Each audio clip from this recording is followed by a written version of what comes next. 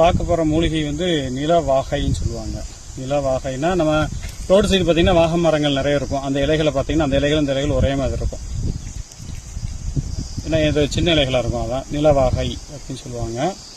இதுக்கு மேலே வளராது, இவ்வளோதான். இதுக்கு மேலே வளராது. இதோட காய்களை பாருங்கள், காய்கள் தான் இருக்கு பாருங்கள். இதோட பிஞ்சு இருக்கும், பிஞ்சு இருக்குது பார்த்தீங்களா, பிஞ்சு இருக்குது. இது எதுக்கு பயன்படுது அப்படின்னு பார்த்தீங்கன்னா, தோல் சம்பந்தப்பட்ட வியாதி, தோல் அரிப்பு, உடம்புல அரிப்பு ஏற்படுறது, விசகடியெல்லாம் வந்து அந்த இடத்துல புளி புளியாக இருக்கும். அந்த மாதிரி இதுக்கு இந்த இலையை பிடுங்கி மஞ்சள் பொடி வச்சு நல்லா வலுவலுன்னு அரைச்சி அந்த இடத்துல தடவிட்டு வந்தாங்கன்னா அந்த தோல் சம்பந்தப்பட்ட பிரச்சனைகள் தீரும்.